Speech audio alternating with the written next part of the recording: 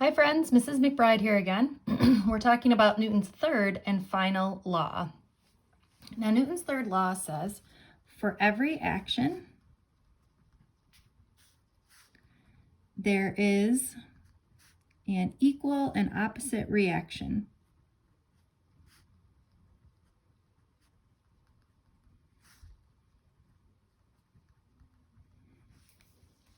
For every action, there's an equal and opposite reaction. Okay, so right now, the action that I am providing is I am pushing down on the table. The reaction is that the table is pushing up on me. Newton's third law is pretty easy to find because you always can see the opposite in wording, right? I push down on the table pushes up on me, okay? My pen is being pulled towards the earth is being pulled towards my pen, okay? I punch something, that thing punches me back, okay? So let's take a look at some practice problems here. So let's say, for example, you rest an empty glass on a table. So first of all, here's my glass. We're gonna draw a free body diagram. Okay, so that means we're gonna take this and shrink it down into a tiny little dot. So what forces are acting on this particular glass? Well, you might say gravity is pulling this down. And maybe that the table is pushing this up.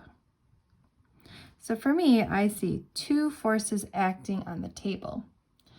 Are these forces equal and opposite?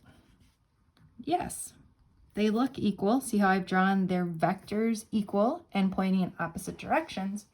But these, my friends, are not an action-reaction pair.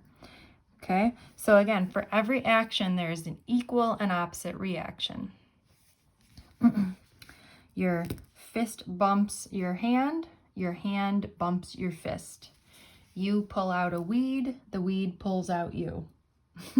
Okay? All right, so let's take a look at some quick questions here.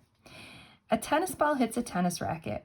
Compared to the magnitude of the force on the racket, the force of the racket on the ball, the magnitude of the force of the ball on the racket is, well, for every action, there's an equal and opposite reaction. So the force is the same.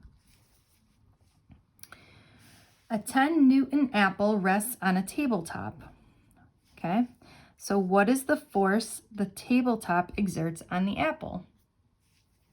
Well, for every action, there's an equal and opposite reaction. So the force is the same. A desk exerts a 15 Newton force on an object placed on the desk. What is the force the object exerts on the desk?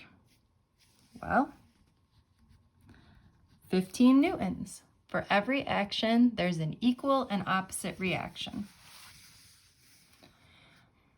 A person kicks a 4-kilogram door with a force of 48 Newtons, causing the door to accelerate 12 meters per second. What is the magnitude of the force exerted by the door on the person? Well, if the person kicks the door with a force of 48 Newtons, the door kicks the person back with a force of 48 Newtons. For every action, there is an equal and opposite reaction.